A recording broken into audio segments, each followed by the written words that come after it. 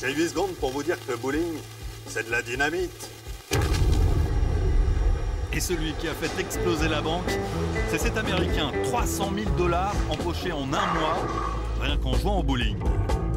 Uniquement grâce à ses strikes et à ses primes de victoire. Il s'appelle Chris Barnes et il vient de remporter le tournoi des champions qui oppose les 16 meilleurs joueurs du monde aux États-Unis. C'est là-bas que ce sport a été inventé. Il y est bien plus médiatisé qu'en France et logiquement, il y a bien plus d'argent.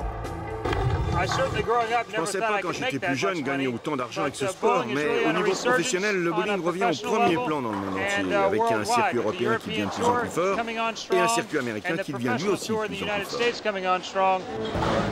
Et c'est pour une petite démonstration que Chris est venu à Paris pour y changer l'image du bowling, montrer que c'est un vrai sport et accessoirement se mesurer aussi aux joueurs locaux qui n'en reviennent pas. On est amateur, on joue comme on peut jouer, quoi. Mais bon, là, c'est vrai que c'est très impressionnant. Hein. Surtout cette facilité de jouer, cette... Il faut dire que notre Américain est tombé très tôt dans le bowling, dès l'âge de 7 ans. Un autre strike pour vous? Ça doit être mon jour de chance. Mon meilleur score en un jeu, c'est 300, jeu parfait, avec 12 strikes consécutifs. Je l'ai déjà fait 72 fois.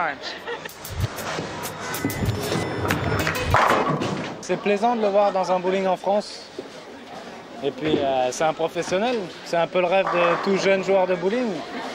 Donc, voilà, ça me fait briller les yeux. Et le seul Français professionnel, c'est lui, Bruno Bidon. Le seul à avoir joué chez l'Oncle Sam, grâce à des sponsors. Il n'y a pas beaucoup d'étrangers qui jouent sur le tour aux États-Unis. Donc on est à peu près on est 4 ou 5 nations. Donc ils ont un regard plutôt intéressé. Mais en même temps, j'ai besoin encore de m'entraîner, de travailler mon jeu pour arriver à rivaliser avec eux. Et c'est pourquoi il répète inlassablement les mêmes gestes. Et au final, se fait les muscles. Car le bowling, ça n'a pas l'air comme ça, mais c'est pas mal de muscles. 7 kilos à chaque fois sur 35 parties, ça équivaut à 5 tonnes. Donc à la fin du tournoi, on est quand même pas mal fatigué. Alors si vous aussi, vous voulez transpirer, comme près de 13 000 licenciés en France, prenez-vous au jeu, mais attention, vous risquerez vite de devenir accro.